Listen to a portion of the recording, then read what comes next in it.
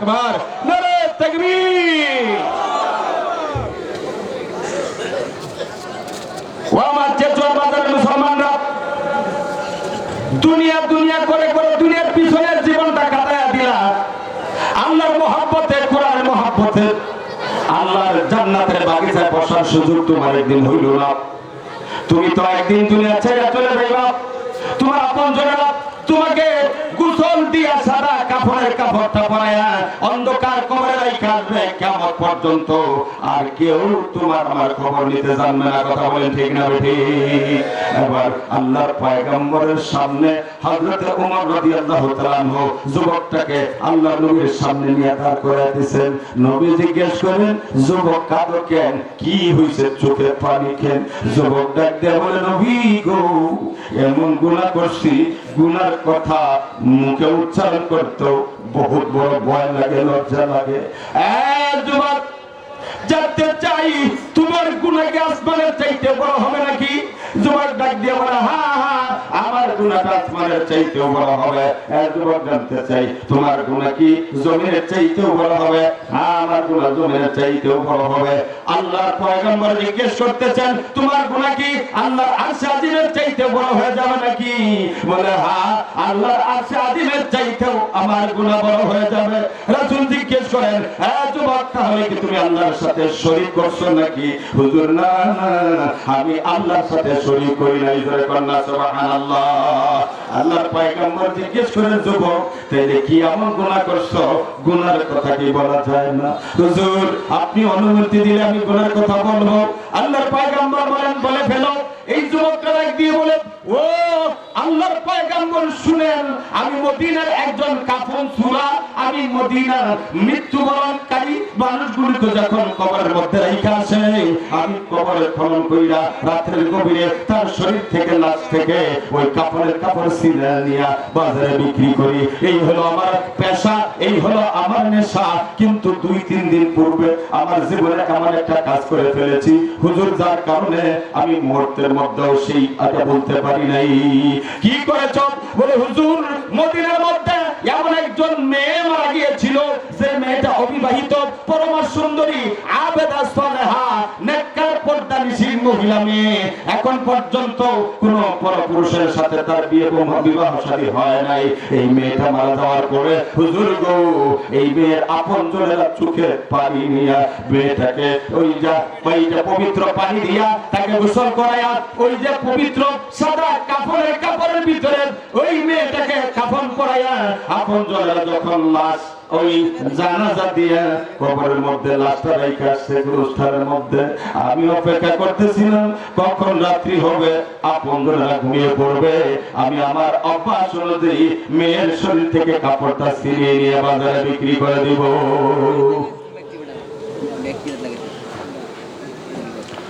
আমার প্রিয় ভাইরা, গভীর মনোযোগ। এই যুবকটা কাঁদতেছে আর বলতেছে, হুজুর, এক পর্যায়ে রাত যখন গভীর হয়ে গেছে, গভীর হওয়ার পরে যখন তার আপনজনেরা কান্নাকাটি করে করে যখন ঘুমিয়ে পড়ছে, তাকে কবরে রেখা জানাজা দিয়া কাপড় পরাইয়া আমি রাত্রের গভীরে অপেক্ষা করতেছিলাম কখন ঘুমিয়ে পড়বে। ঘুমানোর পরে আমি কবরের মধ্যে খনন করে আমি লাশ থেকে কাপড় ছিঁড়ে কাপড়টা বাজারে বিক্রি করে দেব। প্রিয় হাজরিন, ওই যুবকটা বলতেছে, কাঁদতেছে, হুজুর, এক পর্যায়ে রাত্রের গভীরে আমি বুঝতে পারলাম আত্মীয় স্বজনেরা, আপনজনেরা সব ঘুমিয়ে পড়েছে। আমি গুরুস্থানের মধ্যে গেলাম। গুরুস্থানের মধ্যে গিয়া আমি ওই কবরের মাটি সরাইয়া আমি কবরের ভিতরে ঢুকছি। কবরের ভিতরে ঢুকিয়া ওই যে মেয়েটার শরীর থেকে আমি সাদা কাপড় পৃথক করে ফেললাম। পৃথক করে যখন আমি কবর থেকে উপরে দিকে উঠতে যাব, আমার কলিজার মধ্যে, আমার দিলের মধ্যে যেন কে এই মেসেজটা দিয়ে দিছে, হ্যাঁ যুবক, এই যে মেয়ে, এই মেয়েটা অবিবাহিত মেয়ে, পরমা সুন্দরী, কোন পুরুষের সাথে তার বিবাহ শাদী হয় নাই।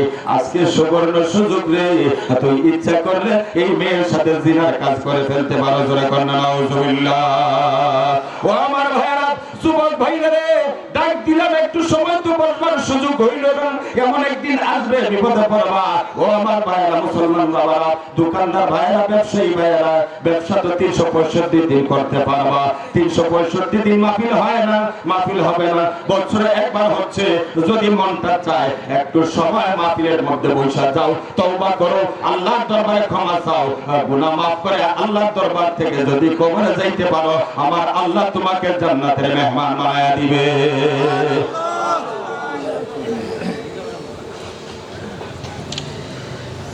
যুবকটা কাঁদতেছে আর বলতেছে, হুজুর আমি যখন কাপড়টা এই মেয়ের শরীর থেকে আমি আগলা পৃথক করে উপরে ঘুরতে যাব, আমার দিলে দিলে যেন এই কে খবরটা কয়ে দিছে, এর যুবক এই মেয়েটা পরমা সুন্দরী, মেয়েটা অবিবাহিত, মেয়ের বিবাহ হয় নাই, এখন তোর সুযোগ আছে, এই মুহূর্তে মেয়ের সাথে তোর মনের বাসনা পূরণ করতে পারি। হুজুর গো, আমার দিলের ওয়াসওয়াসায় আমি আবদ্ধ হইয়া, দিলের ওয়াসওয়াসার প্রলোভনে পড়িয়া হুজুর কবরের মধ্যে আমি এই মেয়ের সাথে জিনা করে ফেলেছি। জোরে বলেন নাউজুবিল্লাহ। আল্লাহর পয়গম্বর শুনতেছেন, যুবকটা জোর করে চোখের পানি ছাড়তেছে, ডাক দিয়ে বলে, হুজুর আরো মারাত্মক খবর হলো, আমি যখন কবর থেকে উঠতে যাব, আমি যেন শুনতেছিলাম মেয়েটা জবান খুলে খুলে আমাকে বলতেছিল, আল্লাহর নাফরমান রে, তোর কি মরণ নাই, তোর দিলের মধ্যে কি ভয় নাই, তুই কি হাসরে উঠবি না নাফরমান? নাফরমান, আমার আপনজনেরা আমার মরণের পরে আমাকে পবিত্র পানি দিয়া গোসল করাইয়া, আমাকে ওই যে পা পবিত্র কইরা সাদা কাপড়ের কাপড়, পবিত্র কাপড়টা আমার গায়ের মধ্যে জড়াইয়া আমার জানাজা দিয়া এই কবরে গুরুস্থানের মধ্যে রাইখে গেল। আর তুই নাফরমান, রাত্রের গভীরে চুরি করে আমার কবরের ভিতরে ঢুকিয়ে আমার কাপড়ের কাপড় তুই ছিনায় নিছ, আর শুধু কাপড়ই নেও নাই, আমার সাথে তুমি নাপাক কাম করছো। আমি আমার আপনজনেরা আমাকে পাক পবিত্র করে রেখে গেছে, তুই যে নাপাক বানাইলে, তোর দিলের মধ্যে কি আল্লাহর ভয় নাই? আমি কেমনে ময়দানে মাহশরে নাপাক শরীর নিয়ে আমি মাওলার দরবারে হাজির হব? ও আমার ভাইরা, আমার মা বোনরা, এই যুবকটা বলতে চার জোর করে চোখের পানি ছাড়ছে, যখন এই কথা বলছে, হুজুর আমি এই কথা শুনতেছিলাম, মেয়ে যেন আমাকে এই কথাটা বারবার বলতেছিল, আমি সেই কাল থেকে সেই সময় থেকে আমি অন্যমনস্ক হয়ে গেছি। হুজুর আমার কানে যেন মেয়ের আওয়াজটা বারবার ধাক্কা দেয়, বারবার বেজে ওঠে। হুজুর গো, এই যে বড় অপরাধ করেছি, এই যে অন্যায় করছি, আমার জীবনে এই অন্যায় মাফ হবে কিনা?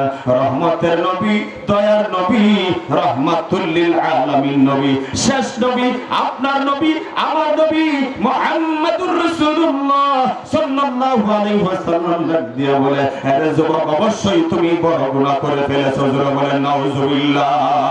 এই কথা শুনবার পরে এই যুবকটা একটা চিৎকার মাইরা দৌড় দিছে, মদিনার এই রাসূলের দরবার ছেড়ে দিয়া মদিনার একটা পাহাড়ের ভিতরে আশ্রয় নিছে।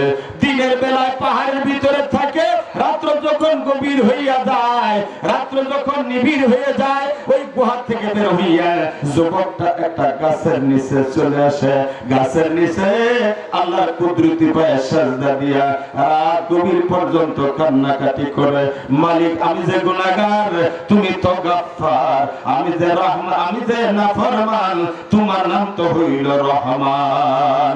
মালিক আমি ছাড়া তোমার তো অনেক বান্দা আছে, ও মালিক তুমি ছাড়া আমার কোনো আর মাওলা নাই, তোমার কাছে জানেওয়ালা লোকের অভাব নাই, তুমি ছাড়া আমার কারো দরবারে হাত তোলার সুযোগ নাই। এই যুবকটা রাত গভীর পর্যন্ত কাঁদতে থাকে, কাঁদতে কাঁদতে কাঁদতে কাঁদতে চোখের পানি ঝরায়। ও আমার যুবক ভাইরা, একটু মনটা নরম করে রে ভাই, এই নৌজওয়ানি বেশি দিন থাকবে না। তোমার মতো আমিও যুবক ছিলাম, এখন দাড়িগুলো পাইকে গেছে, শরীর দুর্বল হয়ে যাইতেছে। এখানে যারা মুরব্বী আছেন, তারা তোমার মতো আমার মতো যুবক ছিল, আজকে অনেকের চোখের পাওয়ারলেস হয়ে গেছে। যুবক ভাই, মুসলমান ভাইরা রে, এই দুনিয়ার মধ্যে একদিন থাকতাম না, দুনিয়া ছেড়ে কবরে চলে যেতে হবে। কবরের চিন্তা কইরা কবরে যাও, কাজে লাগবে।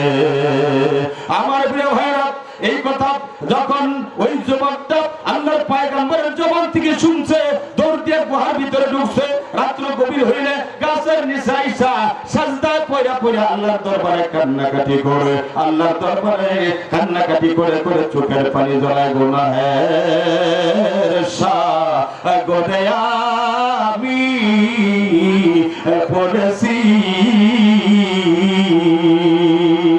তোমার রহিম রহমান নামে রশি ধরেছি তুমি যদি মাফ না করো এই গোলামের বলো তোমার গোলাম যাইবে কার কাছে সকলেরই দরবার হইতে মাওলা ফিরিয়া তোমার দরজায় রইলাম পড়িয়া সমুদ্রের ফেনার মতো বাসতেছি মাফ করে দাও গো মাওলা এলাহি আমার ভারত মুসলমান বাবারা ও যুবক ভাইরা মা বোনরা খেয়াল করে শুনুন ও দোকান পাটে যারা বসে আছে তারাও শুনো ও বাজাররা যারা ঘরের মধ্যে বসে আছে তারাও শুনো তোমাদেরকে জানাই গেলাম এই যুবক একদিন কাঁদে না দুই দিন কাঁদে না কাঁদতে কাঁদতে কাঁদতে কাঁদতে 40 দিন হয়ে গেছে এক চিল্লা হয়ে গেছে 40 দিন পর্যন্ত যুবকটা কাঁদছে আল্লাহর পয়গম্বর আমাদেরকে জানাইছে আত্তা ইবু মিনাত দামবি কামাল্লা দামবালা এ যদি কেউ খালিস দিলে তওবা করে এ খালিস দিলে যদি আল্লাহর দরবারে ক্ষমা চায় আমার আল্লাহ এমন ভাবে বেগুনাহ মাসুম তাকে বানায় দেয় সে যেন জীবনে গুনাহ করছে না কষ্ট হইতেছে আপনাদের ছেড়ে দিব একটু সামনে আগাবো তাই তো জোরে বলেন মারহাবা আর জোরে বলেন আমিন একটু জিকির করেন সুবহানাল্লাহ ওয়ালহামদুলিল্লাহ লা ইলাহা ইল্লাল্লাহ জোরে জোরে সুবহানাল্লাহ ওয়ালহামদুলিল্লাহ লা ইলাহা ইল্লাল্লাহ লা ইলাহা ইল্লাল্লাহু লা ইলাহা আওয়াজ হয় না কেন লা ইলাহা ইল্লাল্লাহু লা ইলাহা ইব্রাহিম খলিল না পড়িলেন নমরুদের আগুনে ইব্রাহিম খলিল না জ্বলিলেন নমরুদের আগুনে আগুন হইল ফুল বাগিচা আগুন হইল ফুল বাগিচা ইব্রাহিমের ইমানের গুণে সুবহানাল্লাহ walhamdulillah la ilaha illallah la ilaha la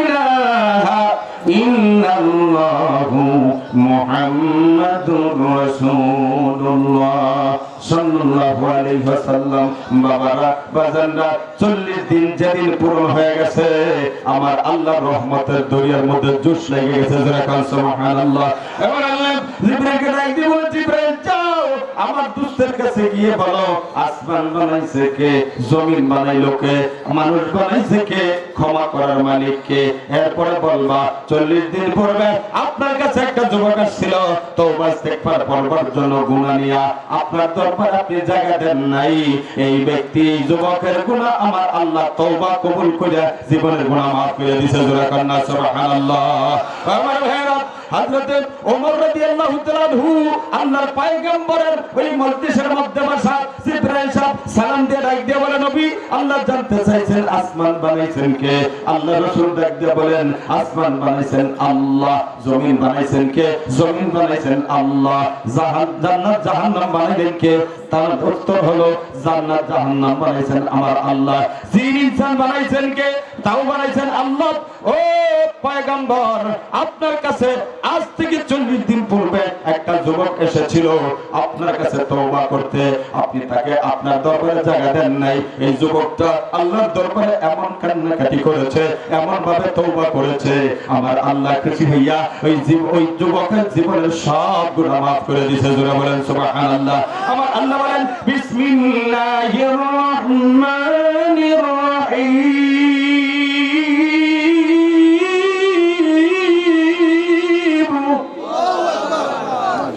والذين إذا فعلوا فاحشة أو ظلموا أنفسهم ذكروا الله فاستغفروا لذنوبهم ومن يغفر الذنوب إلا الله وما يغفر الذنوب إلا الله। والذين إذا فعلوا فاحشة أو ظلموا أنفسهم, যারা এই দুনিয়ার মধ্যে শয়তানের ওয়াসওয়াসায় পড়ে গর্হিত কাজ, ফাহিশা কাজ করে ফেলে, অথবা তার নফসের উপরে জুলুম করে, অন্যায় করে, অবিচার করে, এই গুনাহ কাজ করবার পরে ফাস্তাগফিরু ওয়াযকুরুল্লাহ, কি করতে থাকে? আল্লাহর দরবারে জিকির করতে থাকে এবং নিজের গুনার জন্য আল্লাহর দরবারে ক্ষমা চাইতে থাকে। ফাস্তাগফিরু লিযুনুবিহিম, সে তার গুনার জন্য আল্লাহর দরবারে ক্ষমা চায়, তওবা করে, ইস্তিগফার করে, কান্নাকাটি করে আল্লাহর দরবারে যখন সে এভাবে কান্না করতে থাকে, আমার আল্লাহ বলেন ওয়া মাইয়াগফিরু যুনুবা ইল্লাল্লাহ। আল্লাহ প্রশ্ন করে বলেন, এই চেচর বাজারের মুসলমানরা, তোমরা গুনাহ করছো, বলো তো তোমাদের আল্লাহ ছাড়া তোমাদেরকে আর কে ক্ষমা করনেওয়ালা আছে? আল্লাহ ছাড়া আমাদের আর কেউ ক্ষমা করনেওয়ালা নাই। আল্লাহর কাছে ক্ষমা চাইলে আল্লাহ ক্ষমা করে দেন। প্রিয় ভাইরা আমার, ও আমার বাজানরা, যুবক ভাইরা, চেচর বাজারের মুসলমানরা, ভালো করে শোনো। এবার আল্লাহ পাকের পয়গম্বরের কাছে যখন এই হযরতে জিবরাইল যুবকের তওবার কথাটা বলছেন, আল্লাহর পয়গম্বর ডাক দিয়ে বলেন, ও উমর, কোথায় যাও? আমার এই যুবকটাকে আমার দরবারে নিয়ে আসো। আল্লাহু আকবার বলেন। হযরত উমর মুহূর্তের মধ্যে তার সন্ধান বের হয়ে গেলেন। মদিনার ওই গলিতে গিয়ে জিজ্ঞেস করেন, জাহান্নামের ভয়ে একটা যুবক কাঁদছে, তার সন্ধান দিতে পারো কিনা? এবার তাকে জানিয়ে দেওয়া হলো, ও উমর, এখন তো পাওয়া যাবে না। এই রাত্র যখন গভীর হয়ে যায়, এই যুবকটা পাহাড়ের ভিতরে থাকে। রাত্রে গভীর আইসা এই গাছের নিচে পড়িয়া এমন ভাবে কান্নাকাটি করে, মাঝে মধ্যে তাদের কান্নার আওয়াজে আমাদের ঘুম ভেঙে যায়। উমর ভাই, আপনি অপেক্ষা করেন, রাত্র গভীরেই এই বালক যুবকটা চলে আসবে। আল্লাহু আকবার বলেন। আল্লাহর পয়গম্বরের সাহাবী হযরত উমর রাদিয়াল্লাহু তাআলা আনহু, তিনি অপেক্ষা করতেছেন, দাঁড়িয়ে আছেন। রাত্র যখন গভীর হইছে, গভীর হওয়ার পরে আমার বাজানরা, এই যুবকটা এসা গাছের নিচে আল্লাহর কুদরতি সিজদার মধ্যে পড়ে কান্নাকাটি শুরু করে দিয়েছে। জোরে কোন সুবহানাল্লাহ। হযরত উমর ডাক দিয়ে বলেন, যুবকরা আর কাঁদতে হবে না, চলো বিশ্বনবীর দরবারে যাই। আল্লাহর পয়গম্বর আমাকে পাঠিয়ে দিয়েছেন, তোমার জন্য শুভ সংবাদ হলো, আমার আল্লাহ তোমার জীবনের তওবা কবুল করে জীবনের সব গুনাহ মাফ করে দিয়েছে। জোরে কোন সুবহানাল্লাহ। আর কাঁদতে হবে না, সিজদা থেকে মাথা উঠাও, চলো না মদিনায় যাই, নবীজি আমাকে পাঠাইছেন। এই হযরত উমর রাদিয়াল্লাহু তাআলা আনহু এই যুবকটাকে সাথে নিয়ে মসজিদে নববীতে ঢুকতে একদম ফজরের আযান হয়ে গেছে। আল্লাহর পয়গম্বর প্রথম রাকাতে, আল্লাহর পয়গম্বর তাদেরকে ছাড়া বাকি সাহাবাদেরকে নিয়ে তেলাওয়াত শুরু করছেন। প্রথম রাকাত কমপ্লিট করলেন।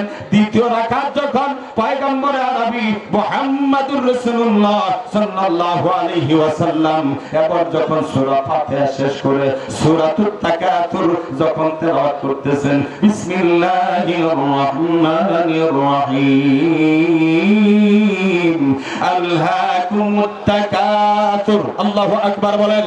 হযরত আল্লাহর পয়গম্বর যখন আলহাকুমুত তাকাতুর এই শব্দটুকুন, এই আয়াতটুকুন যখন জবান দিয়ে উচ্চারণ করেছেন, হযরত ওমরের সাথে সেই যুবকটা দ্বিতীয় রাকাতের মধ্যে শামিল হয়েছে।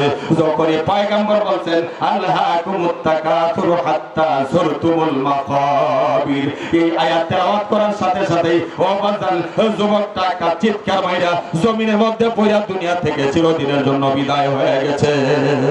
সুবহানাল্লাহ।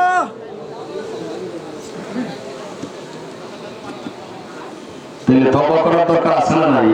আরো করুন, ঘটনা সামনে বাকি। তওবা করার দরকার আছে না নাই? গুনাহ আছে না নাই? গুনাহ নাই, এইজন্য তারা দোহানে বইয়া বইয়া মিট মিটায়। তাহলে মহিলা দেখো না, এরপরে বুঝবা তারা ঢাকা দেখো। যুবক তোদের পাইলাম না, কারণ তোর মাথার চুলের কাটিং দেখলে মনে হয় দেশের যুবক না। আপনাদের এসেছর বাজারে খবর জানি না, ঢাকার কথা বলতে আছি।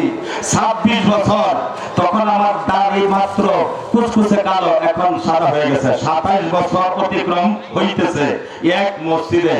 কারণ যাদেরকে দেখছি ছোট হওয়ার মধ্যে এইটাও বিয়াশাদি করে তার ছেলে মেয়ে বিয়া দিয়া লাইছে, এদের যারা ভরাইছি এইটা নাতিপুতি লয়ে আইছে। হুজুর আমার ছাত্র, আমার পুত্র ছাত্র নাতি লয়ে আইছে। সুবহানাল্লাহ কইতেন না? সুবহানাল্লাহ। জবাব কইরা এই যে দাওয়াত দিলাম, আসো।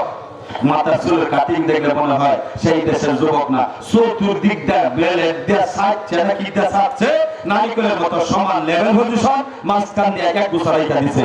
এটা শেষর বাজার না, ঢাকার খবর। এখানে নাই, এদিকে নাই। এটা কি মুরব্বি কই কে এদিকে আইছে? এইরকম জঙ্গলের ভিতরে রাস্তায় নয় বলছাই না, মারহাবা বলে নারায়ে তাকবীর। আর খবর, হাঁটুর নিচে যে প্যান্ট পরছে, তাকে দেখি নতুন প্যান্ট সিরা কাশিদা কাজটা তুইছে, ফ্যাশাইয়া তুইছে। ফ্যাশানি বলুন না, ফ্যাশানি বলুন, বুঝুন তো ইলা মাশাআল্লাহ। হ্যাঁ, এখানে দিকে এলাম ঘটনা কি ফ্যাশাইছো কিয়া? বলে হুজুর ফ্যাশাইছি না তো। বলে কারা তো? বলে হুজুর কাটছি না। আরে মদন তোরা বলে কারা দেখতে আসি দুলনা? বলে হুজুর এটা ফ্যাশন। কি মুসলমানের ফুট মসজিদে নাই, নামাজে নাই, জুমাত নাই, ওয়াজ মাহফিলে নাই, হ্যাঁ ফ্যাশন ধরছে।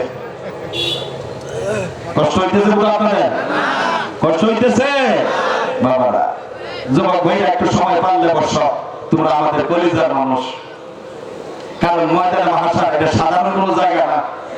সব পয়গম্বরের নাফসি নাফসি বলবেন, শুধুমাত্র কেবলমাত্র একমাত্র আপনার নবী, আমার নবী, রাহমাতুল লিল আলামিন নবী মুহাম্মদুর রাসূলুল্লাহ সাল্লাল্লাহু আলাইহি ওয়াসাল্লাম শুধু উম্মতের জন্য ইয়া উম্মতি বলে কাঁদতে থাকবেন। জোরে করেন আল্লাহু আকবার। সেই নবীর উম্মতের যুবক আমরা, ও মুসলমান, সেই নবীর উম্মত। ওই নবীর আলোচনা হয়, তুমি একটু সময় আসতে ভালো নাই, ময়দানে মাহশারে গিয়া নবীর সামনে দাঁড়াইও, দেখবেন জিলাপি পাবে, গরম জিলাপি। হাসরের ময়দান খুব ভয়াবহ। আমার আল্লাহ বলেন ইয়াউমা তাদহালু কুল্লু মুরদিআতিন আম্মা আরদাআত ওয়া তাদাউদাতু কুল্লু হামলিন হামলাহা ওয়া তারান নাসা সুকারা ওয়া মা হুম বিসুকারা ওয়ালাকিন্না আযাবাল্লাহি শাদীদ। একটু জোরে বলেন আল্লাহু আকবার। ময়দানে মাহশার যেদিন কায়েম হবে, ইসরাফিল যখন সিংহের মধ্যে ফুঁক দিয়ে দিবে, সিংহায় ফুঁক দেওয়ার সাথে সাথেই একটা মহিলা তার বাচ্চাকে স্তনের দুধ পান করাইতেছে, বাচ্চাকে দুধ দেওয়া ভুলে যাবে, দুধ দেওয়ার কথা মনে থাকবে না। আল্লাহু আকবার বলেন। ওই সময় ইসরাফিলের সিংহার আওয়াজের কারণে মেয়েটা সন্তান পেটের মধ্যে, এখনো সন্তান হওয়ার বয়স হয় নাই, 4 মাস 5 মাস 6 মাস 7 মাস, এখনো পরিপূর্ণ ওই যে আপনার বয়স হয় নাই, কিন্তু ইসরাফিলের সিংহার আওয়াজে এই মেয়ের গর্ভপাত করে দিবে, বাচ্চারা জমিনের মধ্যে বইরা যাবে। ও আমার যুবক ভাইরা, ময়দানে মাহশার কি সাধারণ মনে করেন নাকি? আমার আল্লাহ বলছেন ওই যে ময়দানে মাহশারে ওই যে আওয়াজ শুনা সব মানুষগুলো মাতালের মতো হয়ে যাবে। মাতাল ছিলেন না আপনারা? মাতাল ছিলেন? আমি গত বছর না তার আগের বছর উত্তরবঙ্গ থেকে মাহফিল করিয়া ঢাকা ঢুকমু, মন চাইছে আপনার এই দিক দিয়ে সুন্দর গেট দিয়ে আমি ঢুকি, মন চাইছে একটু চা খেয়ে আমরা মসজিদটা ঢুকি। ও মাইয়া আমাদের দেখিয়া 3-4 দিয়ে আসছে, এরপর টাকা দাও, নিজের বিপক্ষে নিজে দেখে আনলাম নাকি। তারপরে এবং মানে বোঝা যায় অস্বাভাবিক। এরপরে আপনার পুলিশ আসতে বলে, হুজুর আপনি এইখানে গাড়ি থামাইছেন কে, এখানে নামলেন কে? আমি চা খাইলে আসছিলাম। বলে এটা সব মাতাল করতে, সব গাঞ্জা কর, এটা আপনারা দেখে টাকা টুকা চাইতেছে না? বলে হাতে চাইতেছে, তাদের গাড়ি ধরে যান গে, এটার অবস্থা ভালো না। কথা বুঝতেছেন? আমার আল্লাহ বলছেন ওই ময়দানে মাহশারের এই অবস্থা দেখে সব মানুষ পাগলের মতো হয়ে যাবে। কিসের মতো? কথা কয় কিসের মতো? আওয়াজ দেবেন কেন মতো হবে? এই যুবকরা সব মানুষ পাগলের মতো হয়ে যাবে। বড় হবে, বৃদ্ধ হবে, জওয়ান হবে, নারী হবে, পুরুষ হবে, সব মাতালের মতো হবে। কেমন? আপনাদের একটা উদাহরণ দিয়ে বোঝাই। মনে করেন আগে তো এই দেশের জমি জমা চাষ হইতো, কৃষি কাজ করতেন আপনারা? মুরব্বীরা করছেন না? করছেন তো। কৃষি কাজ, ধান চাষ করছেন, করছেন না? হাল গরু আছে, সব কিছু আছে। এখন না কয়দিন ধরে ট্রাক্টর আছে। আগে তো মহিষ গরু ইত্যাদি চাষ করছে নাঙ্গল দেয়া। কথা কোন ঠিক না? তো এক মুরব্বী ফজরের নামাজ পড়া চাষে গেছে, আপনার নাস্তার ওয়াক্ত। এবার মাই কইছে, আরে তোর বাপে কষ্ট করে যা একটু নাঙ্গলটা ধর, তোর বাপে নাস্তা খেয়ে যা, পরে তুই মাদ্রাসা স্কুলে যাবি। এই যুবকের ধন হালের নাঙ্গলের মধ্যে ধরছে, তাই যখন গরু যাইতে আছে, হঠাৎ করে নাঙ্গলের নিচ থেকে, ফালের নিচ থেকে দেখা যায় বিরাট বড় এক স্বর্ণের এরকম এক টুকরার মতো দেখা যায়। এই টুকরাটা আপনার বলেন একটা ৭,০০০ ধনের মতো। এইটা পাইয়া সে করছে কি, দৌড়ে গেছে দাদির কাছে। দাদি গো, এটা কি যেন পাইলাম? বলে খাইছিস কোন? বলে এটা নাঙ্গলের ফলার নিচ থেকে, মাটির নিচ থেকে পাইয়াছি। বলে এটা তাড়াতাড়ি পরিষ্কার করে লইয়া, এটা ৭,০০০ দন, এটা সাধারণ কোন মানুষের পাবলিকের দন না, এটা রাজা বা ছাগল জিনিস থাকে। একজনে পাইলে এটা ৭ পিঁড়ি পর্যন্ত বইয়া কম যায়। এই বেচারা আপনার ৭,০০০ দন লইয়া গেছে। আপনাদের এই যে এই নদী, আগে তো নদীর মধ্যে স্রোত ছিল, এই যে এই নদী বাপর থেকে যে ফার্ম দেওয়া, তারপরে আপনার এই যে ফোন আসে লইয়া এই দিকটা কামড় দিয়ে নামছে না গা, এর মধ্যে আগে স্রোত আছে না? সূত্র আছে, আমরা স্রোত নাই। যাই হোক, এর মধ্যে যখন সে ধুইতেছে, হঠাৎ করে হাতের মধ্যে পড়িয়া স্রোতের মধ্যে এই ৭,০০০ টন আপনার তলে গেছে। এখন তো এই বেচারা শুনছে দাদির কাছে যে ৭,০০০ টন। এইবার সে হঠাৎ করে হাইয়া সে পাগল হয়ে গেছে। পাগল হইয়া কাঁদতেছে, হাই হাই রে, কি করলাম দইয়া, কি করলাম দইয়া। খালি এই কথা কয় আর কান্দে। বাপে কয় হাই রে, পুত্র পাগল হয়েছে, পুত্রকে বাঁচানো দরকার। এবার বাপে ডাক্তার আছে, মানসিক বিভাগের ডাক্তার। ডাক্তার এসে পরীক্ষা নিরীক্ষা করিয়া ১ মাসের ওষুধ দিছে, বলছে ১ মাস খাওয়ান, এরপরে মাশাআল্লাহ আরেক মাসের ওষুধ করে দেব, আমার বিজের আর টাকার ওষুধের আপনার দামটা দিয়ে দেন। এই কৃষক বাবা হ্যাঁ কইছে ১ মাস পরে যখন আপনি আইবেন, ১ মাস পরে আপনার বিজের ডবল ওষুধের দাম নিয়ে নিব, সুতরাং আপনি যান গিয়া পরবর্তীতে দিব। তো ডাক্তারের সরল মনের মানুষ সেও আইসা বসে ১ মাস ওষুধ খাইয়া এই ছেলে তো মাশাআল্লাহ আবার ভালো হয়ে গেছে। ১ মাস যাচ্ছে চুলদারি কামাইছে না, একটু লম্বা লম্বা না, কথা বলে লম্বা না, সুন্দরী কামাইছে না, সুন্দরী কি লম্বা। হাত দেখো বাজার, আমার সুন্দরী লম্বা কে বাবা কোশ না। আল বাইবার গিয়া ওই যে ৭,০০০ দম পাইছিল যে, এটা দইবার গিয়া পরে তুমি আড়াই আনছিলা, এরপরে থেকে পাগল আছিলে ১ মাস পর্যন্ত পাগল। তোমার ওষুধ খাই এমন ভালো হইছ, তুমি পাগল হয়ে গেছ না। এই কথা শুনে হ্যাঁ ওই যে দন হারে গেছিলাম ভিডিয়া, আবার কয় হাই হাই কি করলাম দইয়া, কি করলাম দইয়া। এটা তো খুব পাগল হয়েছে। এখন বাপ কয় হাই হাই রে, কি করলাম কইয়া, কি করলাম কইয়া। এবার বাপ পাগল হয়ে, ছেলে পাগল হয়ে কান্দে কি করলাম দইয়া, আর ভূত পাগল হয়ে কান্দে, বাপ পাগল হয়ে কান্দে কি করলাম কইয়া। ১ মাস পরে ওজা ডাক্তার আছে রোগী দেখবার, আইয়া দেখে বাপও পাগল, এই ভূতও পাগল। এখন চিন্তা করে আমার বিজেপ দিবে কেনা, বলে না না বিজেপ দিবে, বাপও পাগল, ভূতও পাগল। এখন ডাক্তার হাই হাই হইয়া হ্যাঁ পাগল হইছে, হ্যাঁ কান্দে কি করলাম বিজেপ আগে না লইয়া। কথা বুঝতেছে? ভূত কান্দে কি করলাম দইয়া, বাপে কয় কি করলাম কইয়া, ডাক্তারে কয় কি করলাম বিজে আগে না লইয়া। বাজার না ও যুবক ভাইরা, ময়দানে মাহশারে সবাই কান্নাকাটি করবে, মুসিবতের দিনে দৌড়াদৌড়ি করবে, কেউ কারো দিকে তাকাইবে না। আমার আল্লাহ ময়দানে মাহশারে বিচার শুরু করবেন। বিচার শুরু করতে গিয়া আমার আল্লাহ আমল নামাটা বাইর করিয়া টান দিয়া আল্লাহ হিসাব কিতাব করিয়া একটা ফয়সালা দিবেন। এই তোর আমল নামার মধ্যে ৯৯টা গুনাহ, একটা দেখি এই এক নেকি লেগে তোর দুনিয়ার মধ্যে বানাইছিলাম, যা তুই জাহান্নামে যাও লাগবো। আরেকজনের হিসাব কিতাব দেখবেন। হিসাব কিতাব দেখে দেখে 99টা নেকি একটা গুনাহ। আল্লাহ কয় একটা গুনার জন্য কিছুদিন জান লাগবো, কারণ 100% না হলে তো বিনা হিসাবে জান যাইতো না। এবার এই লোকটা কয় আল্লাহ 99টা পর্যন্ত গেলাম, একটাই তো বাড়ি পড়ছে, এটা লাগে একটু সুযোগ সুবিধা নাই? বলে কি সুযোগ সুবিধা? প্রভু দুনিয়ার মধ্যে আমার সন্তান, আমার ভাই, আমার ছেলে, আমার মেয়ে, আমার বন্ধু, আমার আপনজন, আমার স্ত্রী সবাই ছিল, সবাই আছে ময়দানে মাহশারে, তারাও করছে। পারমিশন চাই কিছু সময়ের জন্য, একটু সময় দেন, আমি আমার আপনজনদের কাছ থেকে, তাদের কাছ থেকে একটা নেকি এনে আমি 99 সাথে একটা যোগ করে 100% কইরা আপনার জান্নাতে চলে যাই। ও আমার ভাইরা খেয়াল করে শুনুন, মা বোনরা খেয়াল করে শুনুন, ও হাজী সাহাবারা মুরব্বীরা খেয়াল করে শুনুন, গভীর মনোযোগ দিয়া এই লোকটা চলে যাবে এবার তার আপনজনদের কাছে।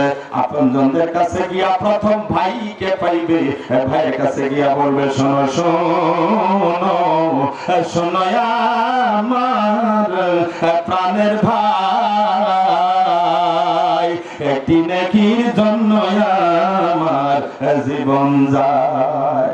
শোনো শোনো শোনো আমার প্রাণের ভাই, একটি নেকি দিয়ে মোরে বাঁচাও প্রাণ। ভাই বলবে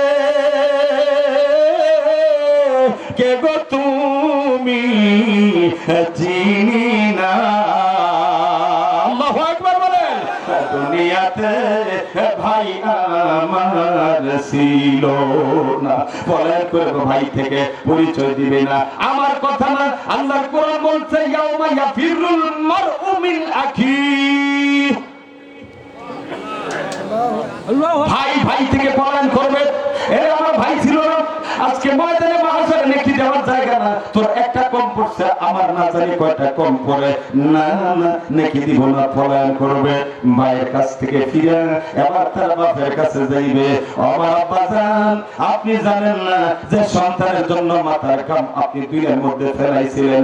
আপনি ওই যে ফ্যাক্টরিতে আপনি চাকরি করছেন, গাড়ির চাকরি করছেন, বিদেশ গেছেন, কুড়াল মারছেন, কোরআন মারছেন, কত কষ্ট কইরা মাথার ঘাম পায়ে দিয়া আমাদেরকে লালন পালন করছেন। ওরে বাপ, একটা নেকির জন্য আপনার সন্তান জাহান্নামে যায়, একটা নেকি দিয়ে সাহায্য করেন।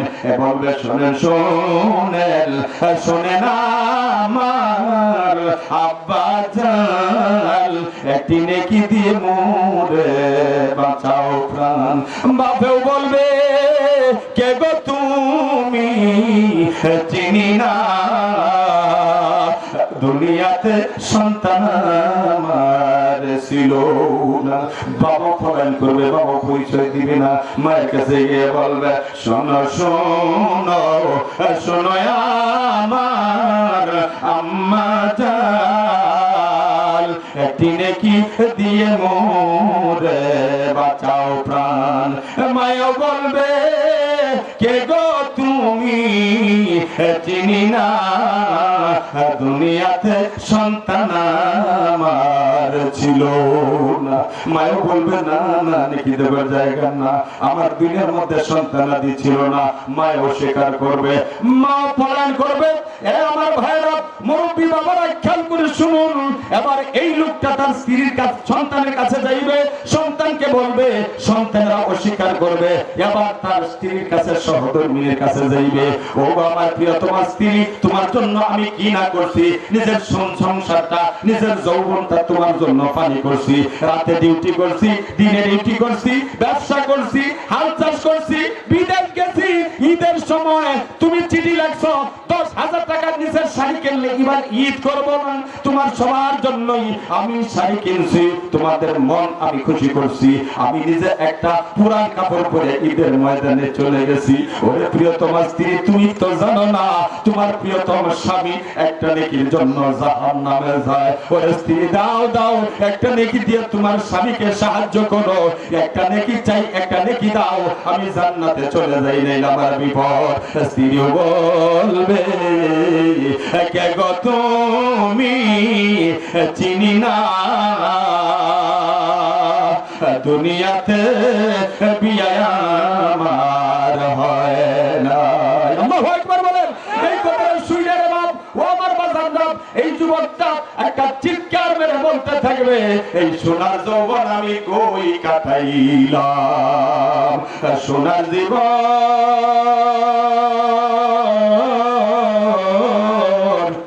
সোনার জীবন আমি কই শেষ করলাম। আফসোস করবে আর হাই হাই করবে, আরে এমন এক মুসিবতের টাইমে একটা নেকির জন্য ভাই ভাইয়ের কাছে আসলো না, পলায়ন করলো, বাবাও পলায়ন করলো, মাও পলায়ন করলো, ছেলে মেয়েও পলায়ন করলো। আমি আমার প্রিয়তমা স্ত্রীর জন্য জীবন যৌবন বিসর্জন দিয়ে দুনিয়া থেকে আসছি, আমার স্ত্রীও আমার অস্বীকার করলো, আমার স্ত্রীও আমাকে পাত্তা দিল না, আমার স্ত্রীও আমার পরিচয় নিল না। আমার মতো এত কপাল পোড়া আর কেউ নাই। ময়দানে মাহশারে আমার ভাইরা এই লোকটা চোখে পানি নিয়ে আবার আল্লাহর দরবারে হাজির হবেন। আল্লাহু আকবার বলেন। তার 99টাই গুনাহ, একটা মাত্র নেকি। তাকায় দেখবেন এই লোকটার চোখের মধ্যে পানি দেখা যায়। ভাইজান কি হলো, কোথায় গিয়েছিলেন, চোখে পানি কেন? বাইরে মুসিবতের দিনে তোমার সাথে বললেই আমার কি হইবে? আমার 99টা নেকি, একটা মাত্র গুনাহ, এই গুনার জন্য ফয়সালা হইছে জাহান্নাম কাটা লাগবে। ও আমার ভাই, আমি তো চলে গিয়েছিলাম আল্লাহর অনুমতি নিয়ে আমার ভাইয়ের কাছে গেছি, যে ভাই দুনিয়ার মধ্যে বিপদে পড়ে গেলে লাঠি সুতা নিয়ে আগে জীবন দেওয়ার জন্য প্রস্তুত থাকতো। মুসিবতের দিন আজকে ময়দানে মাহশারে ভাই পলায়ন করছে, নেকি দিল না। যে মা সন্তানকে জীবনের বিনিময়ে লালন পালন করছে, মা নেকি দিছে না, বাবাও অস্বীকার করছে। সন্তানের কাছে গেলাম, ছেলে মেয়ে কেউ আমাকে নেকি দেয়া সাহায্য করলো না। শেষমেশ আমি আমার প্রিয়তমা স্ত্রীর কাছে গেলাম, যার জন্য জীবন যৌবন আমি ধ্বংস করছি, জীবন যৌবন পানি কইরা ওই স্ত্রীর ভালোবাসা, স্ত্রীর ওই যে মনের খুশি, স্ত্রীর মনের বাসনা কামনা পূরণ করবার জন্য আমি আমার যৌবনটাকে ধ্বংস করছি। ওই স্ত্রীও আমাকে পরিচয় দেয় না, স্ত্রীও পলায়ন করছে। এমন কপাল পুরা পৃথিবীতে আর কেউ নাই। এই লোকটা বলবে, এ ভাই শুন, আমার 99টাই গুনাহ, একটা মাত্র নেকি, আমার তো জাহান্নামে যাওয়া লাগবে। তোমার চোখের পানি দেখা আমার বড় মায়া লেগে গেছে। ওরে ভাই, আমি একমাত্র নেকি তোমাকে দিয়ে সাহায্য করলাম, তোমার 100 পূরণ হয়ে যাক। আল্লাহু আকবার বলেন। আর তোমার একটা গুনাহ দিয়ে আমি আমার 100 গুনাহ পূরণ করলাম, আমি জাহান্নামে যাই, তুমি জান্নাতে যাও। তোমার চোখের পানি দেখা আমার বড় মায়া লাগছে। আল্লাহর দরবারে গিয়ে হাজির হইল, আল্লাহ গো আমার 100 পূরণ হইছে। আল্লাহ সবকিছু জানেন, বান্দাকে মাফ করার জন্য আল্লাহ অনেকভাবে উসিলা তালাশ করবেন। বান্দারা খেয়াল করে শুনুন, আমার আল্লাহ বলবেন, ওই আব্দুর রহিম, আব্দুল করিম, এত কম পূর্বে তোমার 99 নেকি ছিল, একটা গুনাহ ছিল, এখন 100 কেমনে পূরণ হইল? ডাক দিয়া বলল, আমার আল্লাহ, আপনার কাছ থেকে বিদায় নিয়া, পারমিশন অনুমতি নিয়া আমি আমার বাবার কাছে গেলাম, ভাইয়ের কাছে গেলাম, ছেলের কাছে গেলাম, মেয়ের কাছে গেলাম, স্ত্রীর কাছে গেলাম, কেউ আমাকে নেকি দিয়ে সাহায্য করলো না। এই যে লোকটা, তার নাকি 99টা গুনাহ, একটা মাত্র নেকি। আমার চোখের পানি দেখা তার নাকি মায়া লাগছে, এই জন্য সে একটা নেকি আমার দান কইরা দিছে। আবার আল্লাহ বলেন, এই মুসিবতের দিনেও যে নাকি নেকি দিয়া সাহায্য, নেকি দান করতে পারে, তুমি জান্নাতে যাইবা। কিন্তু আমি মাওলা, আমি রব, ওই বাজে বান্দা এই মুসিবতের দিনেও যারা দান করে, সাহায্য সহযোগিতা করে, আমি তাকেও জাহান্নামে জ্বালাবো না, তাকেও আমি জান্নাতের মেহমান বানায়া দিলাম। আমার ভাইরা, আল্লাহর পয়গম্বর বলছেন, মান বানা লিল্লাহ মসজিদান বানাল্লাহু লাহু বাইতান ফিল জান্নাহ। দুনিয়ার মধ্যে যদি কেউ আল্লাহর ঘর বানায়, মসজিদ বানায়, আমার আল্লাহ তার জন্য জান্নাতে ঘর বানায়া দিবে। রাসূল বলেন, ইদা মাতাল ইনসান ইনকাতা আনহু আমালুহু ইল্লা মিন তালাসা। মানুষ মরে যাওয়ার সাথে সাথে সমস্ত আমলের দরজা বন্ধ হয়ে যাবে। ও বাজানরা, দূরে যাওয়ার দরকার নেই। আমাদের এই বালুকা থানার মধ্যে অনেক বড় বড় লোক ছিল, এমপি ছিল, এইভাবে উপজেলা চেয়ারম্যান ছিল, বড় ধনাঢ্য সম্পদওয়ালা ব্যক্তি ছিল। আজকে তারা দুনিয়া থেকে বিদায় হয়েছে। 3.5 হাত মাটির নিচে তারা শুয়ে আছে। জমিদারি পইরা রইছে, বাসাবাড়ি পইরা রইছে, জায়গা জমি পইরা রইছে। 3.5 হাত মাটির থেকে 1 গজ মাটিও সাথে নিয়ে যাইতে পারে না। কথা বলেন ঠিক না বেঠিক? রাসূল বলছেন, আমার উম্মতেরা শুন, মরে যাওয়ার সাথে সাথেই তোমার সমস্ত আমলের দরজা বন্ধ হয়ে যাবে। রাসূল বলছেন, ইল্লা মিন তালাসা, 3টা আমল কিয়ামত পর্যন্ত চালু থাকবে। রাসূল বলছেন, 1 সাদকাতুন জারিয়া, এই যে মাদ্রাসা মসজিদ, এই মসজিদের জন্য যিনি জমি দিয়েছেন, যিনি টাকা দিবেন, যিনি ইট দিবেন, যিনি সিমেন্ট দিবেন, মসজিদকে যারা প্রতিষ্ঠা করে যাবেন, কিয়ামত পর্যন্ত মসজিদে আযান হবে, নামাজ হবে, তালিম হবে, জিকির হবে, যত নেক আমল হবে, মসজিদের সাথে যারা হাত লাগাইয়া দুনিয়া থেকে কবরে চলে যাবে, কিয়ামত পর্যন্ত কবরে থাকবে, এই সওয়াবের এই আমলের সওয়াব তার এই আমলনামা দিয়া কিয়ামত পর্যন্ত কবরে পৌঁছতে থাকবে। তাহলে এই মসজিদটা এখানে প্রতিষ্ঠিত হোক, এর পক্ষে কে কে আছে? হাত তুলুন ইনশাআল্লাহ। জোরে বলেন আমিন। আর জোরে বলেন আমিন। হাত নামান। বার শাহজাহানের বাদশাহী পাইছেন 4 জন, 2 জন মুসলমান, 2 জন কাফের। তার মধ্যে একজন হলো শাহ সেকান্দর, আলেকজান্ডার। ইংরেজরা বলে, আমরা বলি বাদশা শাহ সেকান্দর। মরণের সময় উজিরকে ডাক দিয়ে বলছে, উজির 3টা কাজ করবা। আমার মরণের পরে আমার দাফন কাফন গোসল দিবে সাধারণ পাবলিক না, আমার রাজ্যের মধ্যে যে বড় বড় হেকিম ডাক্তার তারা আমার গোসল দিব, কাফনের কাপড় ভরাইব, লাশ তারা কান্দে লোহন কইরা কবরে নিয়ে যাব। 1 2 নম্বরে সাদা কাপড়ের ভিতরে পুরো বডি থাকবো, হাত দুটা বাইর করিয়া এই খাটের মধ্যে নিয়া ওই সিস্টুর বাজার, হবিরবাড়ি বাজার, বালুকার বাজার, তারপরে শেষওয়ার বাজার, ফরাসেন বাজার, ফারুল্লা বাজার, সামনে কাউরাইট বাজার, এইভাবে সামনে জয়নার বাজার, বলে যেখানে যেখানে মানুষ আছে ওখানে নিয়া আমার হাত দুইটা লাশটা কাপড়ের বাহিরে রেখা একটা মহড়া দিবা, মানুষদেরকে দেখাইবা। 3 নম্বর, মরণের পরে আমার ঘরের মধ্যে যত স্বর্ণ মণি মুক্তা আছে এই আমার ঘর থেকে প্রাসাদ থেকে কবর পর্যন্ত রাস্তার মধ্যে বিছায়া দিবা। মন্ত্রী কয়, হুজুর বুঝলাম এটা করব, কিন্তু এটা কেন করলে এটাও আমার জানতে মন চায়। বাদশা শাহজাহানের বাদশা শাহ সিকান্দর বলে, আমার গোসল দাফন কাফন লাশ বহনের কাজ করবে হাকিম আর বড় বড় ডাক্তার। এটার কারণ হলো দুনিয়ার মানুষ দেখবে ডাক্তারে বাঁচাইতে পারে না, ডাক্তারের হাতে মানুষের জীবন না। যদি ডাক্তারের কোনো করণীয় থাকতো শাহজাহানের বাদশাকে সর্বোচ্চ চেষ্টা করে তাকে হায়াত দিতে পারতো। কথা বলেন ঠিক না ঠিক? 1 নম্বর। 2 নম্বর হলো আমার সাদা কাফনের বাহিরে 2টা হাত থাকলে আর চেচুয়ার বাজার, সিস্টুর বাজারে আমার লাশটা খাটের উপরে শোয়াইয়া হাত 2টা কাফনের বাহিরে রাইখা মহড়া দিবে, মানুষদেরকে জানাবে শাহজাহানের বাদশা ছিলেন সেকান্দর, উজিরকে ডাকিয়া বলেন এই খবর। শোনো শোনো উজির আমার ছোট ভাই, কাফনের বাহিরে রাইখো আমার হাত, কাফনের বাহিরে হাত ভাই রাখিয়া শহরে বাজারে যাইয়াই ঘুরিবা। লোকে যখন জিজ্ঞাসিবে উজির ভাই, মরণ কালে বাদশায় বুঝি পয়সা চায়, লোকজনকে ডাকিয়া বলবে মেরে ভাই সারা জাহানের বাদশা যায় গো খালি হাত, পরের বাড়ি যাইবা ছাড়ি থাকবা না। বলেন আল্লাহু আকবার। এলাকার বাড়িতে রং সাজাইলা বুঝলা না, এলাকার বাড়িতে রং সাজাইলা বুঝলা না। এই দুনিয়ায় ছিল যারা তোমার আপনা, মরিয়া গেলে সবাই হইবে বেগানা। রাসূল বলছেন, হাত এই দুনিয়ার মধ্যে থেকে মরণের পরে সব আমল দরজা বন্ধ থাকবে, 3টা আমল কিয়ামত পর্যন্ত চালু থাকবে।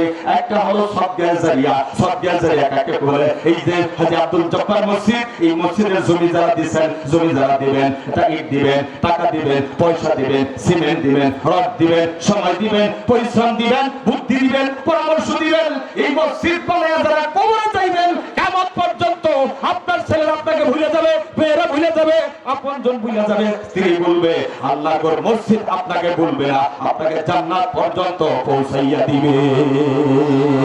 একটা লোক চাই মসজিদ বানানোর জন্য 1 কাঠা জমি দিবেন, এরকম কে আছেন বলেন দেখি? খুশি খুশি যে হ্যাঁ 1 কাঠা জমি দিব ইনশাআল্লাহ। 1 কাঠা জমি কে দিবেন? আছেন আমার ভাই, আমার এই 1 কাঠা না, কোন খান থেকে? বিলের থেকে। ও আব্দুল মান্নান সাহেবের ছেলে আপনি? জোরে বলেন মারহাবা। নারে তাকবীর, নারে তাকবীর। আয় আল্লাহ, জনাব মুরব্বি আব্দুল মান্নান সাহেব ওনার ছেলে হাজির। আয় আল্লাহ, মসজিদ নির্মাণের জন্য এক কাঠা জমি আল্লাহ মাবুদ তুমি কবুল করো, মঞ্জুর করো। আয় আল্লাহ, আব্দুল মান্নান সাহেব এবং তার বংশের ভিতরে যারা অন্ধকার কবরের বাসিন্দা, আব্বা আম্মা দাদা দাদি নানা নানি শ্বশুর শাশুড়ি ভাই বেরাদর, আয় আল্লাহ সকলের কবরগুলোর জান্নাতের টুকরা বানায় দাও। ছেলে মেয়ে যারা আছে বিপদ আপদ বালা মুসিবত থেকে তুমি হেফাজত করে দিও। আয় আল্লাহ, তোমার ঘর নির্মাণের জন্য এক কাঠা জমি দিয়ে দিল। আমি বলি নাই, তোমার হাবিব বলছেন মান বানা লিল্লাহি মাসজিদান। দুনিয়ার মধ্যে যদি কেউ আল্লাহর জন্য আল্লাহর ঘর বানায়, বানাল্লাহু লাহু বাইতান ফিল জান্নাহ আও কামা ক্বালা নবী সাল্লাল্লাহু আলাইহি ওয়াসাল্লাম। দুনিয়ার মধ্যে আল্লাহর ঘর বানাইলো, আল্লাহ রাসূল বলছেন আমার আল্লাহ তার জন্য জান্নাতে ঘর বানায়া দিবে। আমার আল্লাহ গো আব্দুল মান্নান মুরব্বি এবং তার আপনজন যারা সকলের জন্য জান্নাতের ঘর বানায়া দিও। ও আমার মায়েরা, আপনাদের কাছে হাত পাতলাম। দুনিয়ার মধ্যে একদিন আপনার স্বামীর বাড়িতে রঙিন কাপড় পরিয়া সেজে গুজে আপনি আপনার স্বামীর দরজার সামনে এসেছিলেন। আপনার স্বামীর সেই আপনজন পরিবারের লোকগুলো আপনাকে শরবত খাওয়াইয়া ইস্তেকবাল কইরা আপনাকে বরণ করেছিল। আবার আরেকদিন আসতেছে এই বাড়ির থেকে আপনি সাদা কাফনের কাপড়টা পইরা খালি হাতে কবরে চলে যাবেন। ও মা, আপনি স্বামীর সাথে পরামর্শ করেন আপনার সংসারের জন্য আমি আমার জীবন যৌবন কুরবানি করছি, আমি আসছিলাম সেরি হয়ে গেলাম বুড়ি আপনার সন্তানের জন্য, আপনার জন্য কি না করছি। সুতরাং আমি কবরে গেলে আমি কবরে একাই যাইব। সুতরাং এই মসজিদ আমি আল্লাহর ঘরের সাথে এক কাঠা জমি দিতে চাই, 1 লক্ষ টাকা দিতে চাই, 50,000 টাকা দিতে চাই, হ্যাঁ আর এক গাড়ি আর 1 টন রড দিতে চাই। মা আপনি পরামর্শ করে আপনি মেহেরবানি করে আপনিও আল্লাহর ঘরের নির্মাণের সাথে শরীক হইতে পারেন। আল্লাহ পাক আপনাকে জান্নাতের ঘর বানায় দিবে, মেহমান বানায় দিবে। আর কি আছেন কেউ আরেক কাঠা জমি দিবেন ইনশাআল্লাহ? আরেক কাঠা জমি দিবেন এমন কেউ আছে আল্লাহর ঘর নির্মাণের জন্য? সুন্দর একটা জায়গা, এই জায়গার মধ্যে বাজার পাশে এখানে সম্পদওয়ালা ব্যক্তিরা রয়েছেন। আপনার ঘরটাকে সুন্দর করে সাজাইছেন, ঘরের মধ্যে আপনি টাইলস লাগাইছেন, সুন্দর সুন্দর দরজা জানালা ফিট করছেন, আর আল্লাহর ঘরটা এই টিনের ছায়া হয়ে রয়েছে। আল্লাহ না করুক, আল্লাহ না করুক, আল্লাহ বেজার হইয়া যেভাবে ধাক্কা দেওয়া শুরু করছিলেন 21শে নভেম্বর শুক্রবার দিন সকাল 10:38 এরকম ধাক্কা শুরু হইলে 5-7 মিনিট আমরা কেউ বাঁচতাম না। কথা বলেন ঠিক না ঠিক? এরকম হবে কেমন? সুতরাং কেউ কি আছেন আরেকটা লোক যাহা আমি আরেকটা জায়গা দিব এই মসজিদের জন্য? এবার বলেন আল্লাহ রাসূল সাল্লাল্লাহু আলাইহি ওয়াসাল্লাম বলছেন বুনিয়াল ইসলামু আলা খামস, ইসলাম 5টা খুঁটির উপর প্রতিষ্ঠিত। আমি এই মসজিদের 5টা লোক এই মসজিদের খুঁটি বানাইতে চাই। ইসলামের খুঁটি 5টা, নামাজ 5 ওয়াক্ত। আল্লাহ রাসূল বলছেন ইসলাম 5টা খুঁটির উপরে প্রতিষ্ঠিত। মাত্র 5 জন লোক চাইবো 1 লক্ষ করে টাকা এই মসজিদে দিবেন। এরকম একটা লোক প্রথম রাজি হন দিকে যে হ্যাঁ আমি এই মসজিদের মধ্যে আমার কষ্টার্জিত টাকা থেকে আমি 1 লক্ষ টাকা দিয়া এই মসজিদের কাজের উদ্বোধন করব।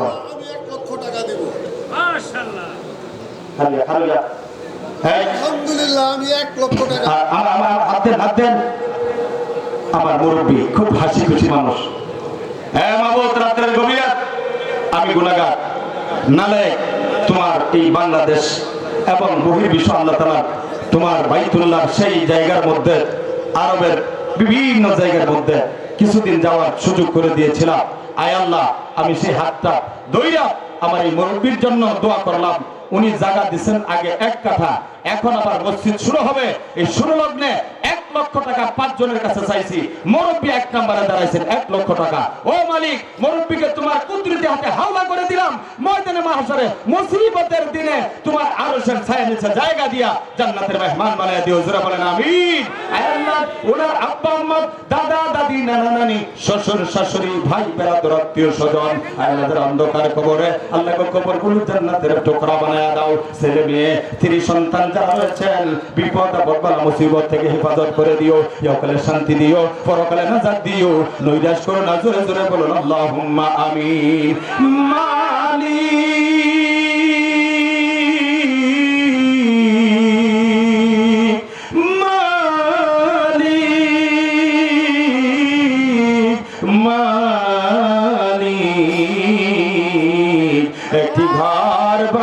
বানিয়ে দিও, একটি ঘর বানিয়ে দিও।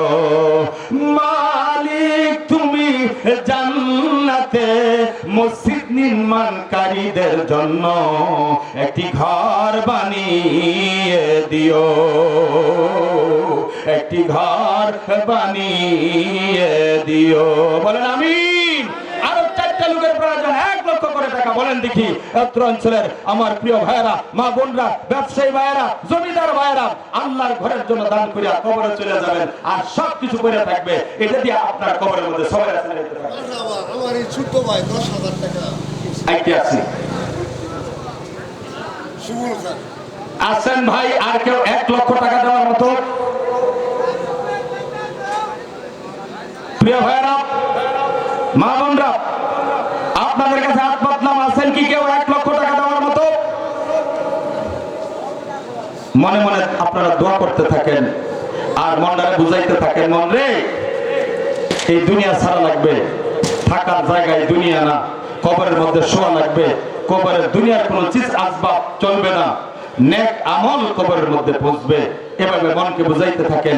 এবার আসেন প্রিয় ভাইয়ের আমার, ওযুর মধ্যে ফরজ 4টা, তারপরে 4 জন শ্রেষ্ঠ নবী রাসূলের উপরে আল্লাহ তাআলা 4টা আসমানি কিতাব নাযিল করেছিলেন। এই মসজিদের জন্য 4 জন শ্রেষ্ঠ মানুষ আমি বানাইতে চাই, দেখতে চাই, যারা আল্লাহর ঘর মসজিদ নির্মাণের জন্য মাত্র 50,000 করে টাকা আল্লাহর ঘরের জন্য দান করবেন। মাত্র 4 জন আমি দেখতে চাই। 4 জন নবী রাসূলের সাথে আপনার হাসর নসর হবে। আমি দোয়া করব ইনশাআল্লাহ আল্লাহর ঘরকে নির্মাণ করতে গিয়া 50,000 টাকা দেওয়ার মতো 4টা লোক চাই। 1 নম্বরে আছেন কি কেউ যে হ্যাঁ আমি 50,000 টাকা দিব ইনশাআল্লাহ? আছেন কেউ? প্রিয় ভাইয়েরা আমার, 50,000 টাকা দেওয়ার মতো কেউ আছেন যে হ্যাঁ আমি 50,000 টাকা দিব এই ঘর নির্মাণের জন্য, আল্লাহর ঘর প্রতিষ্ঠার জন্য? খুশি খুশি বলেন দেখি ইনশাআল্লাহ।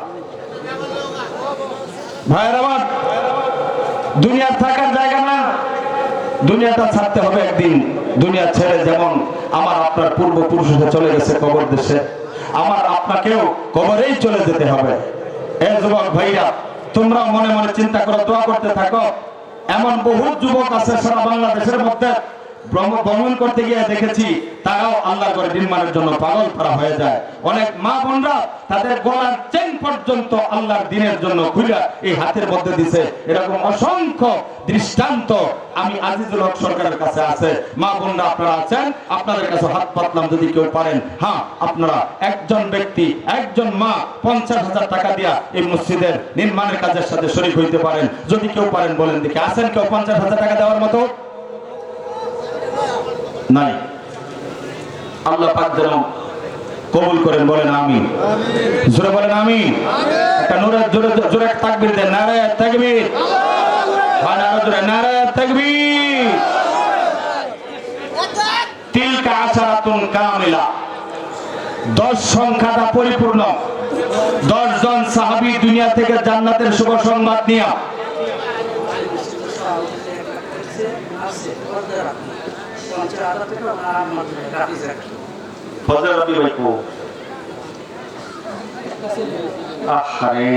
যেমন বাপ তেমন ভাই। ফজর আব্বি ভাই এদিকে আসো, একটু সামনে দিয়ে আসো ভাই। হাতটা দাও। আমার ভাই ফজর আব্বি নজরুল মানুষ, আহা আমাদের সভাপতি সাহেবের একমাত্র ছেলে। ফজর আব্বির আম্মা নাই? আচ্ছা আচ্ছা, এই ছেলেটা তো কপাল খুব ভালো, আব্বাও আছে আম্মাও আছে, মায়ের পায়ের নিচে জান্নাত, বাবায় মায়ের দোয়া করলে দোয়া কবুল হয়, আব্বা আম্মা হায়াত আছে। জোরে বলেন নারায়ে তাকবীর, নারায়ে তাকবীর। আয় আল্লাহ, আমাদের সভাপতি সাহেব, আয় আল্লাহ মসজিদের সভাপতি সাহেব, আয় আল্লাহ তিনি 1 কাঠা জমি দিয়েছেন মসজিদ নির্মাণের জন্য। আজকে আবার 1 লক্ষ টাকা স্বীকারোক্তি দিলেন ওনার একমাত্র ছেলে আমার যুবক ভাই ফজলে রাব্বি। তার আম্মার রুহের, তার আম্মার পক্ষ থেকে আম্মার জন্য 50,000 টাকার ঘোষণা দিলেন। জোরে বলেন আমিন। আয় আল্লাহ ফজলে রাব্বির আম্মাকে তুমি নেখায়াত দাও, আয় আল্লাহ, যে সন্তান মাকে ভুলে নাই, বাপকে ভুলে নাই, দুনিয়ার মধ্যে সন্তানকে তুমি ভুলিও না, রহমতের চাদর দিয়ে রাখো, বিপদ আপদ বালা মুসিবত থেকে হেফাজত কইরো, মরণের সময় কালমা দিও, মুসিবতের দিনে মা বাবার সাথে এই সুন্দর সন্তানটাকে হাসর নসর করায়া এক জান্নাতে থাকবার ব্যবস্থা করে দিও, নৈরাশ করো না। জোরে জোরে বলেন আল্লাহুম্মা আমিন। দান করো হে ঈমানদার, হইয়া খুশি হাল, মঙ্গলময় হইবে তোমারই পরকাল। দানের সময় করবে শুধু পুণ্যের নিয়ত, তাতেই দূর হইবে তোমার বালা মুসিবত। প্রকাশ্যে আর গোপনে যে ভাবে করবে দান, নিশ্চয়ই বাড়িবে তাতে অর্থ সম্মান। দান করলে ধন কমে না, নেকের পাল্লা হয় ভারী, তার জন্য বানাইবেন আল্লাহ জান্নাতে ঘর বাড়ি। বাজান উঠবেন না, বাজান একটু সময় বসেন, কেউ যায় না। আপনাদেরকে নিয়ে আখিরি মুনাজাত করবো ইনশাআল্লাহ। আজকে আল্লাহর ঘরটা হয়ে যাক অল্প সময়। আপনারা যে শীত, কঠিন শীতের মধ্যে বসে আছেন, আল্লাহ পাক আপনাদের যাদের খায় দান করবেন। আর কি কেউ আছেন 50,000 টাকা দেওয়ার মতো, অথবা এই মসজিদ নির্মাণ করতে গিয়া ইল্লা মাশাআল্লাহ রডের প্রয়োজন, 1/2 টন রড দেওয়ার মতো কেউ আছেন যে হ্যাঁ আমি 1 টন অথবা 1/2 টন রড দিব আল্লাহর এই ঘরকে নির্মাণের জন্য? এমন যদি কেউ থাকেন বলেন দেখি, খুশি খুশি ভাইয়ের আমার। এবার আমি যে কথা বলছিলাম, 10 সংখ্যাটা পরিপূর্ণ। 10 জন সাহাবী আল্লাহর এই দুনিয়া থেকে জান্নাতের খুশ খবর নিয়ে, শুভ সংবাদ নিয়ে, সার্টিফিকেট নিয়ে এই দুনিয়া থেকে জীবদ্দশায় সংবাদ নিয়ে কবরে গেছেন 10 জন সাহাবী।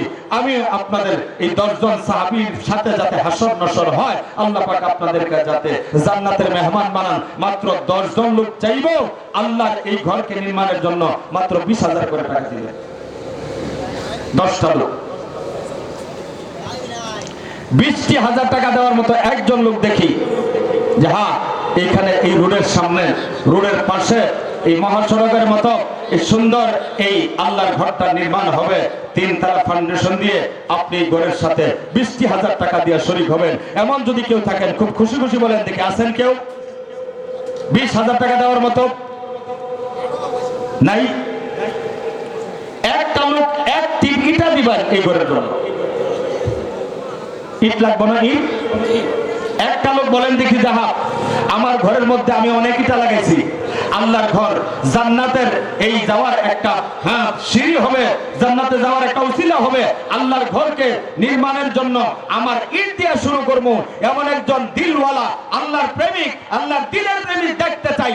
1 গাড়ি ইট দিবেন কে? বলেন দেখি ইনশাআল্লাহ। আমার ছোট ভাই 2 গাড়ি কো একটু আসে কি ওনার নাম নাকি? ওলিউল্লাহ। ওলিউল্লাহ। হ্যাঁ জোরে বলেন আমিন। আমিন। আরো জোরে বলেন আমিন। নারে তাকবীর, নারে তাকবীর।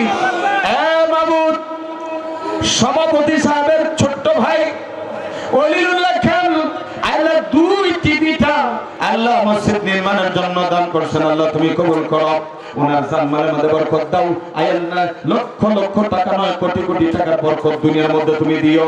বংশের ভিতরে আব্বা আম্মা, দাদা দাদি, নানা নানি, শ্বশুর শাশুড়ি যারা কবরগুলো জান্নাতের টুকরা বানায়া দাও। মুসিবতের দিনে, কিয়ামতের মাঠে ওলিউল্লাহ সাহেবকে আয় আল্লাহ রহমতের ছায়া নিচে জায়গা দিয়া নবীর সাথে হাসর নসর করাইয়া জান্নাতে পৌঁছে দিও, নৈরাশ করো না। জোরে জোরে বলেন আল্লাহুম্মা আমিন। তোমার গুনার দিন রাইয়া যাবে, গুনার দিন রাইয়া যাবে, যৌবনে লাগবে ভাটি, ওই যে দেখো ডাকিতেছে তোমায় কবরের মাটি, ওই যে দেখো ডাকিতেছে তোমায় কবরের মাটি। সন্ধ্যা হওয়ার আগে যেদিন ডুববে গো বেলা, এক মুহূর্তে ভেঙ্গে যাবে তোমার রঙ্গেরই খেলা। তুমি কার দিবা জোরে ধমক, কার দিবা তুমি জোরে ধমক, কার মাথায় মারবা লাঠি, ওই যে দেখো ডাকিতেছে তোমার কবরের মাটি। সংবাদ শুনে আসবে আত্মীয় স্বজন, তোমারই চারপাশে বৈশা সবাই করিবে ক্রন্দন, সাজাইবে তোমায় মনের মতো, সাজাইবে তোমায় মনের মতো, কি সুন্দর পরিপাটি, ওই যে দেখো ডাকিতেছে তোমায় কবরের মাটি। আসেননি কেউ আল্লাহর ঘর নির্মাণের জন্য? আর একটা লোক এক গাড়িটা দিবেন, এক গাড়িটার দাম তো খুব বেশি না, 20 থেকে 22,000 টাকা। এমন যদি কেউ আল্লাহর বান্দা থাকেন আল্লাহর ঘর নির্মাণের জন্য, এক গাড়িটা দিবেন, আমার আল্লাহ আপনাকে জান্নাতের মেহমান বানাইবে। দানের ধন কমে না, দানের ধন বাড়ে। আমার আল্লাহ দিতেও বেশি সময় লাগে না, নিতেও বেশি সময় লাগে না। কথা বলেন ঠিক না ঠিক? আছেন কেউ? বাজাররা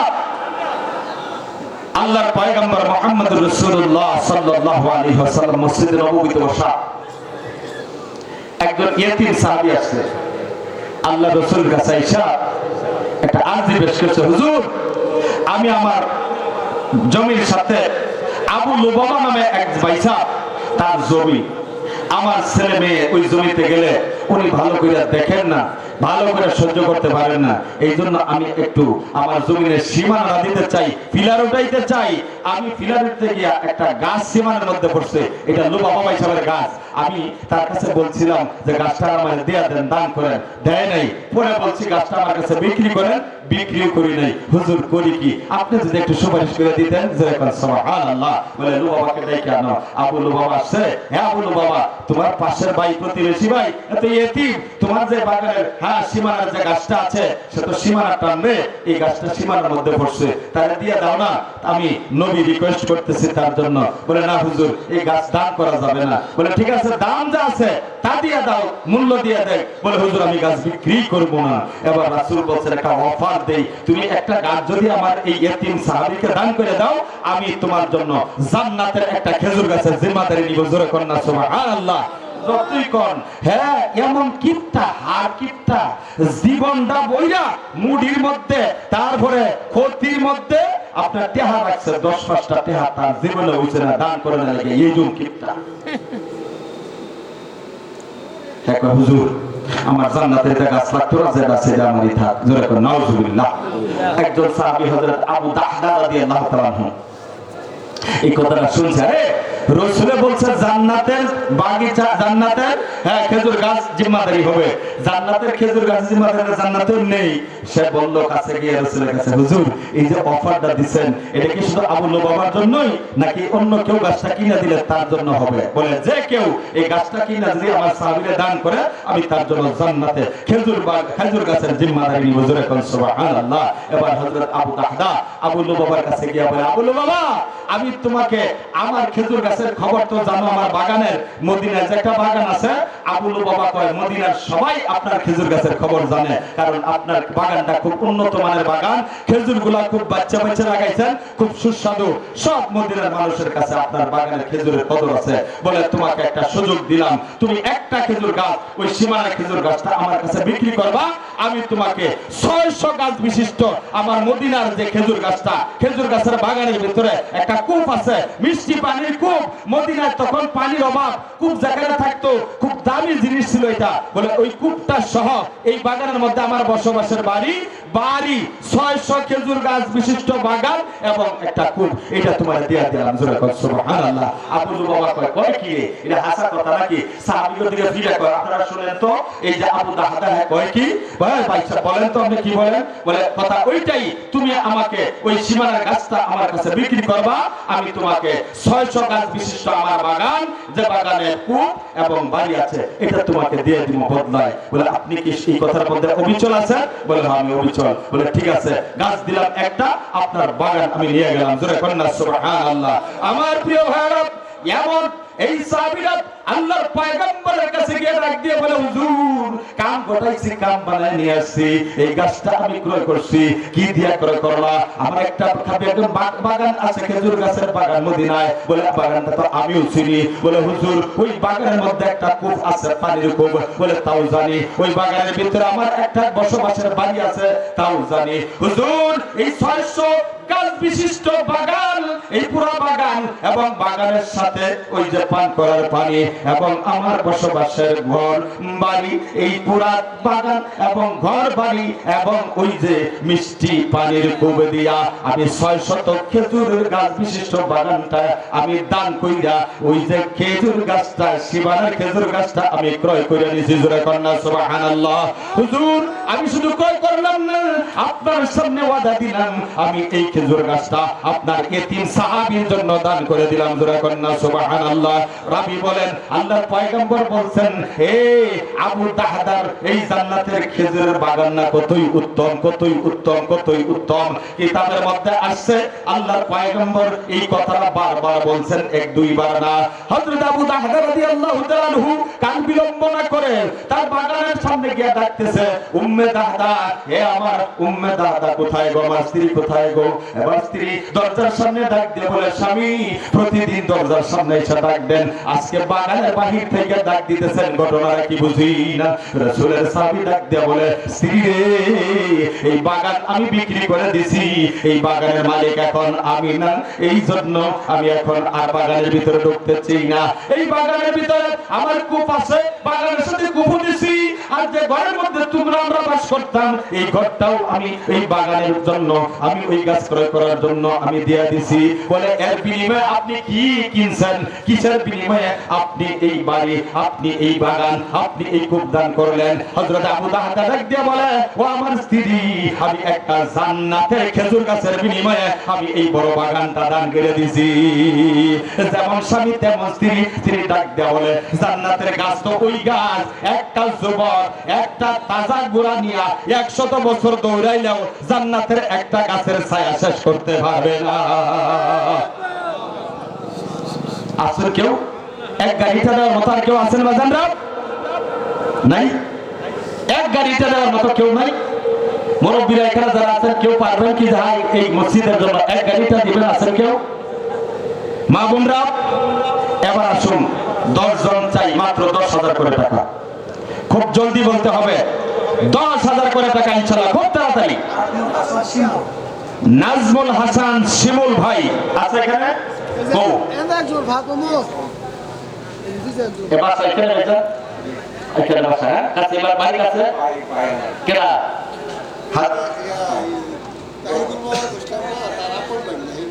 ও আচ্ছা আচ্ছা, শিমুল ভাই উনি 10 জনের মধ্যে 1 নাম্বার, 10,000 টাকা। জোরে বলেন মারহাবা, নারায়ে তাকবীর, নারায়ে তাকবীর। আইলেন শিমুল ভাই 10,000 টাকা দান করছে মসজিদের জন্য, আল্লাহ মসজিদটা নির্মাণ করার জন্য। শিমুল ভাইয়ের আল্লাহ ময়দানে মাহশরের জীবনের গুনাহ মাফ করে দিও, রহমতের ছায়া নিজে জায়গায় দিও, জান্নাতে তার জন্য ঘর বাড়ি বানায় দিও, আব্বা আমার জীবনের গুনাহ মাফ করে দিও, ইহকালে পরকালে আল্লাহ বিপদে ফেলায়ো না। 10 সাহাবী, এক সাহাবীর সাথে আসর নসর করে জান্নাতে পৌঁছায় দিও। জোরে জোরে বলেন আল্লাহুম্মা আমিন। এখানে কে বলছিলেন কি না পয়সা? আমার এই আপন বাসতে সাইফুল, সাইম খান। আহা, সাইম খান হাজী সাহেবের ভাতিজা, তার আব্বা নাই, দুনিয়া থেকে কবরে চলে গেছে। আল্লাহ তার আব্বার রূহের মাগফিরাতের জন্য 10,000 টাকা এই মসজিদ নির্মাণের জন্য দান করছে। জোরে বলেন আমিন। আল্লাহ সাইম খান আব্বা নাই কবরে, আল্লাহ সন্তান দান করছে বাবার রূহের মাগফিরাতের জন্য। আল্লাহ তার আব্বার কবরটাকে জান্নাতের বাগিচা বানায়া দাও। যে সন্তান বাবাকে ভুললো না, এই সন্তানকে তুমি ভুলিও না, মরণের সময় তো কালমা দিয়ে দিও। ময়দানে মাহশরে বাপ বেটা এবং মার সাথে একসাথে আসর নসর করে জান্নাতে পৌঁছে দিও। নজাত করো না। জোরে জোরে বলেন আল্লাহুম্মা আমিন। আর কি? হুজুর আমার এই ছোট বোনের জামাই 10,000 টাকা। আমাদের হাজী সাহেবের ছোট্ট বোনের জামাই ভগ্নিপতি নুরুল ইসলাম সাহেব 10,000 টাকা। জোরে বলেন মারহাবা, নারায়ে তাকবীর। আমাদের সভাপতি সাহেবের ছোট ভগ্নিপতি নুরুল ইসলাম 10,000 টাকা। আল্লাহ তুমি কবুল করো, মঞ্জুর করো, জান মানে মধ্যে তুমি বরকত দিয়া দাও, বিপদ আপদ বালা মুসিবত থেকে হেফাজত করো, ইহকালে শান্তি দিও, পরকালে নাজাত দিও, আব্বা আমার জীবনের গুনাহ মাফ করে দিও, নৈরাশ করো না। জোরে জোরে বলেন আল্লাহুম্মা আমিন। দিয়া ধন যেমন কাইদা নিতে কতক্ষণ। হাবিবুর রহমান শেখ 10,000 টাকা। আছেন এখানে হাবিব ভাই? কে একটু দেখি হাতে দান তো। আর মুরব্বি জোরে বলেন মারহাবা, নারায়ে তাকবীর। আল্লাহ হাবিবুর রহমান খান সাহেব 10,000 টাকা আল্লাহ কবুল করো, মঞ্জুর করো। জামালের মধ্যে তুমি বরকত দিয়ে দিও, বিপদ আপদ বালা মুসিবত থেকে তুমি হেফাজত করে দিও, আব্বা আম্মার জীবনের গুনাহ মাফ করে দিও। আল্লাহ তোমার ঘর বানানোর জন্য 10,000 টাকা দিয়েছে, জান্নাতে আল্লাহ তুমি ঘর বানায়া দিও, ইয়াকালে শান্তি দিও, পরকালে নাজাত দিও। নৈরাশ করো না, জোরে জোরে বলেন আল্লাহুম্মা আমিন। আমার মা বোনরা, আপনাদের কাছে খাতা কলম দেওয়া আছে। আপনারা যারা 10,000, 5,000 একটি ইটা অথবা 10 বস্তা সিমেন্ট অথবা 2,000, 1,000 টাকা দিবেন, অথবা আল্লাহর ঘরের মধ্যে আপনার নাক ফুল, কানের দুল এইভাবে দান করতে চান, তাড়াতাড়ি আপনার নাম লেখায়া পাঠায় দেন, আমি দোয়া করে যাব ইনশাআল্লাহ। আছেন কেউ আর 10,000 টাকা আল্লাহর ঘর নির্মাণের জন্য? মুরব্বি কিনা? তোমার চলছে তোফাজ্জল হোসেন 10,000 টাকা, জোরে বলেন মারহাবা, নারায়ে তাকবীর। আল্লাহ তোফাজ্জল হোসেন স্যার 10,000 আল্লাহ কবুল করো, মঞ্জুর করো, জান্নাতের মধ্যে তুমি বরকত দিয়ে দিও, আব্বা আম্মার জীবনের গুনাহ মাফ করে দিও, ইহকালে শান্তি দিও, পরকালে নাজাত দিও, নৈরাশ করো না। আয় আল্লাহ ময়দানে মাহশারে মুসিবতের দিনে আয় আল্লাহ রহমতের ছায়ার নিচে জায়গা দিয়া জান্নাতের মেহমান বানায় দিও, নৈরাশ করো না। জোরে জোরে বলেন আল্লাহুম্মা আমিন।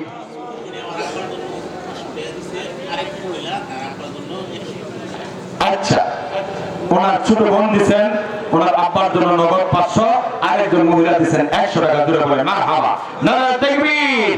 আল্লাহ ওনার বোন তার আব্বার জন্য দান করছে, আল্লাহ কবুল করো, মঞ্জুর করো। আল্লাহ ওনার আব্বাকে মাফ করে জান্নাতের মেহমান বানায়া দাও। ইয়া আল্লাহ তোমার ঘর নির্মাণের জন্য তোমার বান্দারা দান করতেছে, আল্লাহ গো তাদেরকে আল্লাহ তুমি জান্নাতের ঘর বানায়া দিও, জোরে বলেন আমিন। আছেন কেউ আর 10,000 টাকা দেওয়ার মতো? ইনশাআল্লাহ। আমার ব্যবসায়ী ভাইয়েরা, দোকানদার ভাইয়েরা, ও এই এলাকার আমার দিন প্রেমিক মুসলমান ভাইয়েরা, আল্লাহর ঘরটা নির্মাণ হইতেছে, আপনার 10,000 টাকা, একটি বালু, একটি ইটা, আপনি 50 কেজি, 100 কেজি এইভাবে আল্লাহর ঘরের জন্য আপনি ইট, রড, সিমেন্ট দিয়ে আপনি সাহায্য সহযোগিতা করেন, আমার আল্লাহর ঘর বানান, আমার আল্লাহ আপনার জন্য ঘর বানায়া দিবে। তাড়াতাড়ি বলেন দেখে, জলদি জলদি। আছেন কেউ? খুশি খুশি বলেন ইনশাআল্লাহ, অন্তর থেকে। বাজান হয়ে যাক আল্লাহর ঘরটা, আপনার ঘর ছেড়ে তো আপনি চলে যাবেন।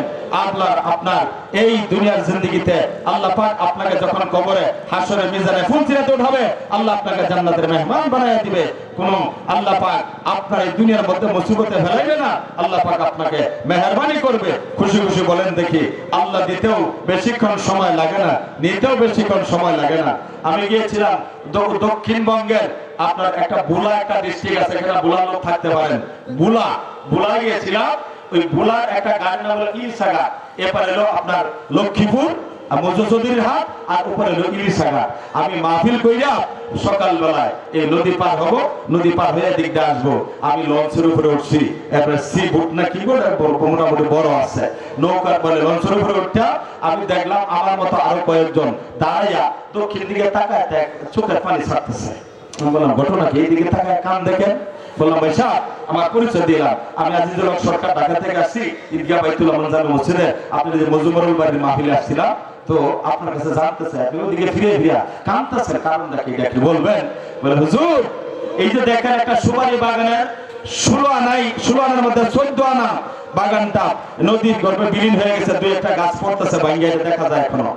বলে হুজুর, এর থেকে আরো এই দিকে আমাদের বিশাল বড় বাড়ি আছে এখানে। হুজুর গো, 2-3 বছর আগে ওই বাড়িতে বসবাস করা যাইত, এই 2-3 বছরের ব্যবধানে বাড়িটা পুরোটাই নদীর গর্ভে বিলীন হয়ে গেছে। আমি বললাম তাই যে ওয়াজ করি আমি, নদীর কুল ভেঙ্গে ওকল গড়ে, এই তো নদীর খেলা, সকাল বেলার ধ্বনি তুমি ফকির সন্ধ্যা বেলা, সকাল বেলার ধ্বনি রে তুই ফকির সন্ধ্যা বেলা। উত্তরবঙ্গের এখানে কুড়িগ্রাম জেলার মানুষ থাকতে পারেন, বুরঙ্গবাড়ি, আদ্দারিমান একটা এলাকা আছে, এটা পার হইয়া একদম কুড়িগ্রামের শেষ বর্ডার, বাংলাদেশ এবং ভারতের বর্ডার। রাত্রি রওনা দিয়ে 8টার দিকে গিয়ে নামলাম বর্ডারের কাছাকাছি। মুরব্বিরা দৌড়ে আইছে, হুজুর আইছে আমগর মাহফিলে, কেউ নাস্তা খাওয়াইতে চায়, হুজুর বসেন মুসাফা করে আমি বলে না, নাস্তা তো আমাদের রেডি ইলা মাশাআল্লাহ, এখানে দোকান পাড়ে নাস্তা আমরা খাবো না, আর আমাদের জন্য স্পেশাল নাস্তা রেডি করে রাখছে। সাইয়াদি একটা নদী আছে দিক দিয়ে, ভারত আর বাংলাদেশ, নদীর পানি ঘোলা। আমি বললাম ভাই অনেক নদী তো দেখলাম, যমুনা টমুনা ইত্যাদি ভালা, পদ্মা মেঘনা ইত্যাদি সব নদী দেখি এই সিজনে, এই নদীর পানি এমন ঘোলা কে? বলে হুজুর শুনছেন না? আমি বলে কি? 10-12 দিন আগে ভারত থেকে এমন এক স্রোত রাত 1টার সময় নদী দিয়ে নামছে, পুরা নদী কানায় কানায় ভরে গেছে। বলে রাত 1-1:30টার সময় আমার স্ত্রী ডাক দিছে, আমার বুড়া মানুষ, আমার স্ত্রী কইতেছে শুনছেন গো? বলে কি? বলে এই নদী দিয়া যে পানি যাইতেছে, পানির লগে লগে বিশাল বড় বড় ফোরান গাছ বাইসা যাইতেছে, সব মানুষ গাছ ধরতেছে, মাছ যাইতেছে, মাছ ধরতেছে। আপনি কি শুয়ে রয়েছেন? বলে হুজুর আমি বুড়া মানুষ, বলে গরুর দড়ি কয়েকটা লইয়া গিয়া, বলে তুইও আয়, ওরা বাড়ির কাছে তো, বলে এইরকম গাছের আপনার এই দড়ি বান্ধা বান্ধা দিছি, আমার স্ত্রী টান দিছে বিরাইছে। বলে এইরকম ফজর পর্যন্ত, বেশি সময় না, আমি গেছি 1টা-2টার সময়, ফজর হয়ে গেছে কতক্ষণ পরে, এরকম করিয়া করিয়া পরে কয়েকটা গাছ বিরাইয়া 1-2 দিন পরে বেচছি 3,20,000। 3 লাখ, 3 ঘন্টাও গেছে না, কাম হয়ে গেছে। বলে হুজুর আরো খবর আছে। স্ত্রী কইলো খালি গাছ ধর লইব, মানুষে মাছ মারতেছে। বলে আমার জাল বেশি ভালো না, একটা সিরা জাল কোনো মতে গিয়া কতক্ষণ খেওয়াইলাম, পরে মাছ একটা পাইছিলাম, রৌ মাছ, এটা 15 কেজি। দিতেও দেরি লাগে না, নিতেও দেরি লাগে না। এই কিছুদিন আগের খবর, এটা আমি নিজে এই নিজ কানে শোনা, ওখান থেকে শুনে আসছি। বাজার আল্লাহর ঘর বানান, আল্লাহ রাসূল বলছেন আল্লাহ আপনার জন্য জান্নাতে ঘর বানায় দিবে। ও মিয়া, বাচ্চা হারুন রশিদ হ্যাঁ এই মসজিদে বলে তার রাজপ্রাসাদের পাশ দিয়া একটা সমুদ্র আছে, এখানে বিকেল বেলা হাঁটতো, হাঁটতে গিয়ে দেখে জুনায়েদ আপনার কি বাহলুল পাগল নামে একটা পাগল, আল্লাহর পাগল, এই জীবনে ঘর বাড়ি বানাইছে না, নদীর কিনারে বইয়া সমুদ্রের কিনারে বসে বসে হাত দিয়ে আঁকে। তো বাচ্চা হারুন জিজ্ঞেস করে ঘটনা কি, পাগল করো কি? বলে জান্নাতের ঘর বানাই। বলে কি ঘর বানাও? বলে হ্যাঁ এই যে জান্নাতের এটা ডাইনিং, এটা তারপরে কি বলে ওয়াইটিং, এটা মেহমানখানা, এটা মূল রুম, এটা ইত্যাদি ইত্যাদি। বলে বুঝলাম তো, এটা তুমি হাত দিয়ে বানাইলা, বুঝলাম, এটা কি করবা? বলে এটা আমি বিক্রি করব। বলে কার কাছে? বলে উপযুক্ত কাস্টমার যদি পাই তাহলে তার কাছে বিক্রি করব, জান্নাতের ঘর এটা। বলে দাম কত? বলে দাম বেশি নিব না, 1 দিরহাম। বাচ্চা হারুন পাগল তো পাগলই, কত পাগলে কি না কয়, ছাগলে কি না খায় কইয়া বাচ্চা হারুন আনা দিছে। পিছন দিক দিয়ে জুবাইদা তার স্ত্রী সাথে ছিল। এবার